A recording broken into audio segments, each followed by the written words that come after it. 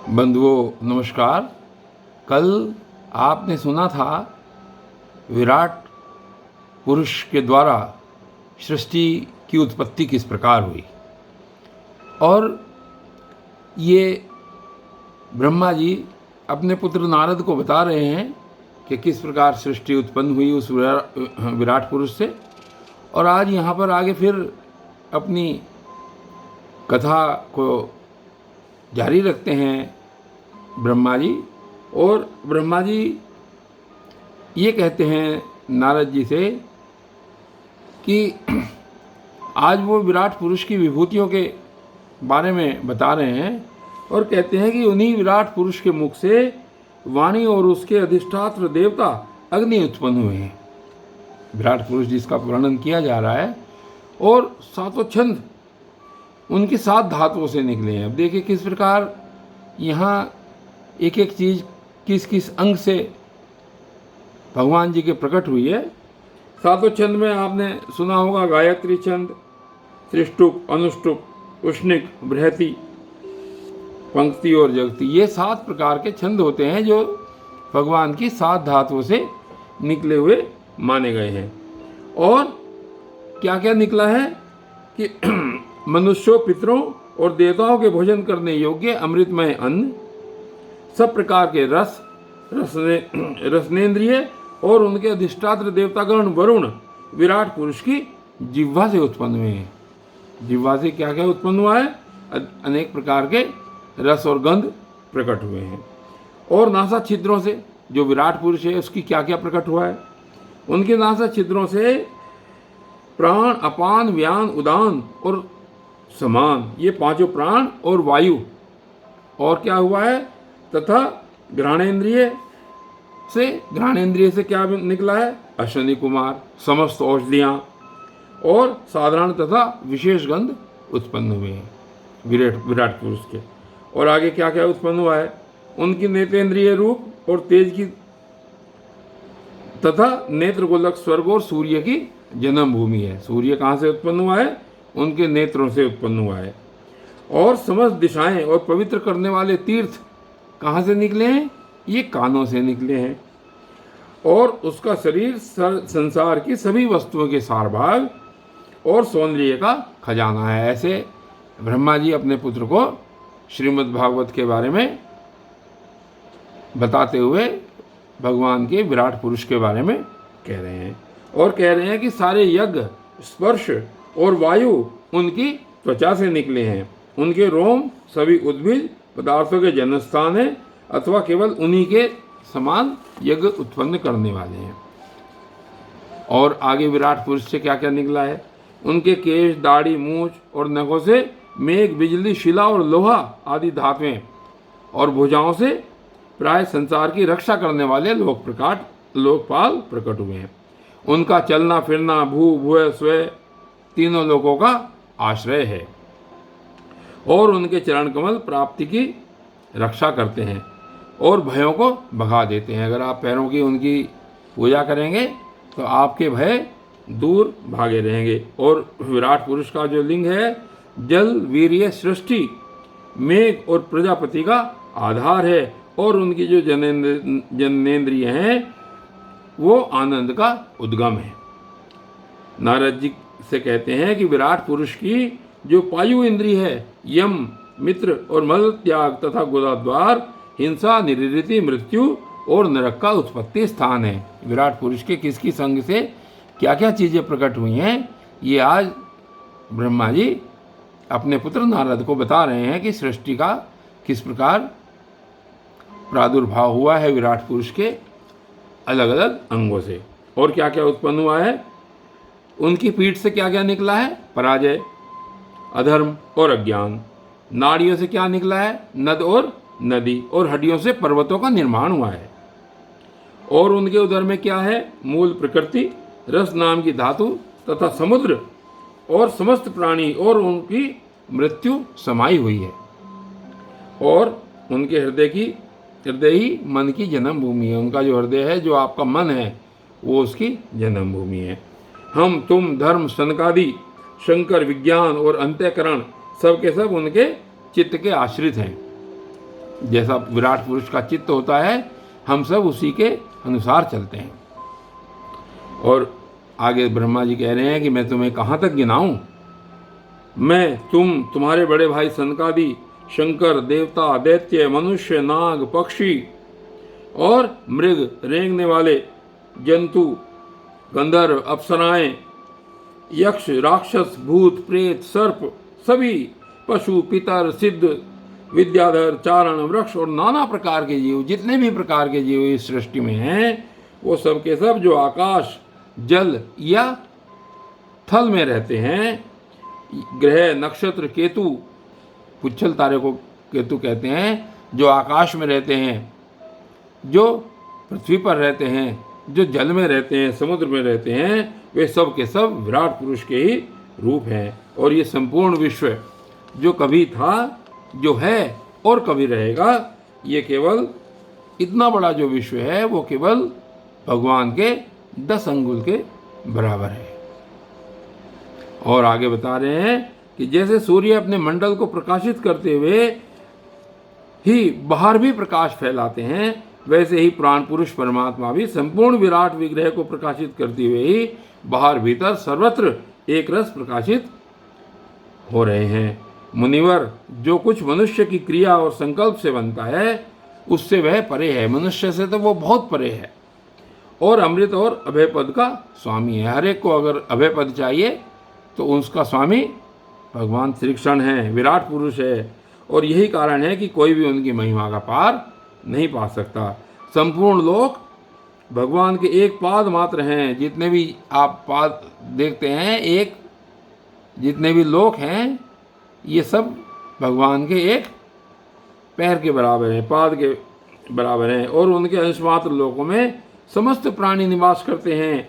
भूलोक, भूवरलोक और स्वर्लोक के ऊपर महरलोक है, उसके भी ऊपर जन, तप और सत्यलोकों में क्रमशः अमृत, क्षेम और अभय का नित्य निवास है।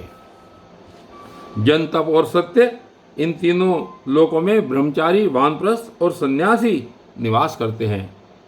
और दीर्घकालीन ब्रह्मचर्य से रहित गृहस्थ लोक भूलोक, भोरलोक और स्वर्लोक के भीतर ही निवास करते हैं। जो अलग अलग 3 लोक हैं उसमें इस तरीके से निवास करते हैं। और शास्त्र में 2 मार्ग बतलाए गए हैं, एक अविद्या रूप कर्म मार्ग जो सकाम पुरुषों के लिए, और दूसरा उपासना रूप विद्या का मार्ग। यानी कि एक कर्म मार्ग और दूसरा विद्या का मार्ग। तो जो निष्काम उपासकों के लिए जो दूसरे प्रकार का मार्ग है वो निष्काम के लिए है, और जो प्रथम मार्ग है वो सकाम कर्म करने वालों के लिए है। तो मनुष्य दोनों में से किसी एक का आश्रय लेकर भोग प्राप्त कराने वाले दक्षिण मार्ग से अथवा मोक्ष प्राप्त कराने वाले उत्तर मार्ग से यात्रा करता है, किंतु पुरुषोत्तम दोनों ही रास्तों के आधारभूत हैं। और क्या करते हैं? जैसे सूर्य अपनी किरणों से सबको प्रकाशित करते हुए भी सबसे अलग है, वैसे ही जिन परमात्मा से इस अंड की ओर पंचभूत एकादश इंद्रिय एवं गुणमय विराट की उत्पत्ति हुई है, वे प्रभु भी इन समस्त वस्तुओं के अंदर हैं और उनके रूप में रहते हुए भी उनसे सर्वथा अतीत हैं, उससे ऊपर हैं।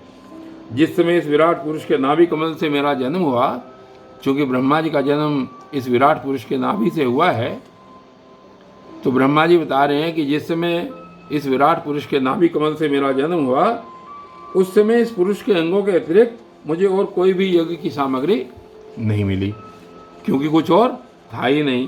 तब मैंने क्या किया कि उनके अंगों से ही यज्ञ के पशु, यूप यानी कि स्तंभ, कुश और यज्ञ भूमि और यज्ञ योग्य उत्तम काल की कल्पना की, विराट पुरुष से ही। और कहते हैं कि यज्ञ के लिए आवश्यक पात्र आदि वस्तुएं, जौ, चावल आदि औषधियाँ, घृत आदि जो स्नेह पदार्थ कहे जाते हैं, 6 रस, लोहा, मिट्टी, जल, ऋक, यजु, साम और चातुर्होत्र यज्ञों के नाम, मंत्र, दक्षिणा, व्रत, देवताओं के नाम, पद्धति, ग्रंथ, संकल्प, तंत्र, अनुष्ठान की जो रीति होती है उसको तंत्र कहते हैं, गति, मति, श्रद्धा, प्रायश्चित और समर्पण, वह समस्त यज्ञ सामग्री मैंने विराट पुरुष के अंगों से ही प्राप्त की, इकट्ठी की। इस प्रकार विराट पुरुष के अंगों से ही सारी सामग्री का संग्रह करके मैंने उन्हीं सामग्रियों से उन यज्ञ स्वरूप परमात्मा का यज्ञ के द्वारा हवन किया। उनमें से सामग्री इकट्ठी करके और उन्हीं परमात्मा का उन्होंने यज्ञ किया और उसके बाद चित्त को संपूर्ण समाहित करके विराट और अंतर्यामी रूप से स्थित उस पुरुष की आराधना की, यानी कि ब्रह्मा जी ने विराट पुरुष की आराधना की। इसके पश्चात समय समय पर मनु, ऋषि, पितर, देवता, दैत्य और मनुष्यों ने यज्ञ के द्वारा भगवान की आराधना की। भगवान की आराधना सब समय पर धीरे धीरे करते रहे और क्या हुआ, उन्हीं की प्रेरणा से मैं इस संसार की रचना करता हूँ। ब्रह्मा जी कह रहे हैं कि जो विराट पुरुष हैं, भगवान हैं, जब वो कहते हैं, वो प्रेरणा देते हैं, तभी मैं इस संसार की रचना करता हूँ और उन्हीं के अधीन होकर रुद्र इसका संहार करते हैं और वे स्वयं ही विष्णु के रूप में इसका पालन करते हैं, क्योंकि उन्होंने सत्व, रज और तम 3 जो शक्तियाँ हैं वो स्वीकार कर रखी हैं। और जो कुछ तुमने पूछा था, अब आगे ब्रह्मा जी कह रहे हैं कि जो कुछ तुमने पूछा था मैंने उसका उत्तर तुम्हें दे दिया, और भाव या अभाव, कार्य या कारण के रूप में ऐसी कोई भी वस्तु नहीं है जो भगवान से भिन्न हो। उसका जो अंत में सार ब्रह्मा जी ने बताया कि संसार की कोई भी वस्तु ऐसी नहीं है जो उनसे भिन्न हो। और कहते हैं कि मैं प्रेम पूर्ण एवं उत्कंठित हृदय से भगवान के स्मरण में मग्न रहता हूँ, इसी से मेरी वाणी कभी असत्य नहीं होती है। मेरा मन कभी भी असत्य संकल्प नहीं करता और मेरी इंद्रियां भी कभी मर्यादा का उल्लंघन करके कुमार्ग में नहीं चलती। मैं वेद मूर्ति हूँ, मेरा जीवन तपस्या में है।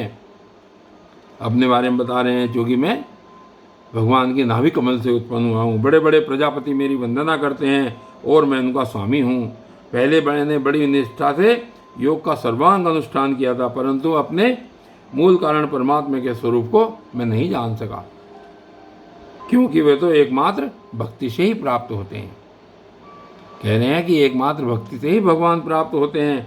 मैंने निष्ठा से योग का सर्वांग अनुष्ठान किया, लेकिन मैं भगवान को नहीं जान पाया।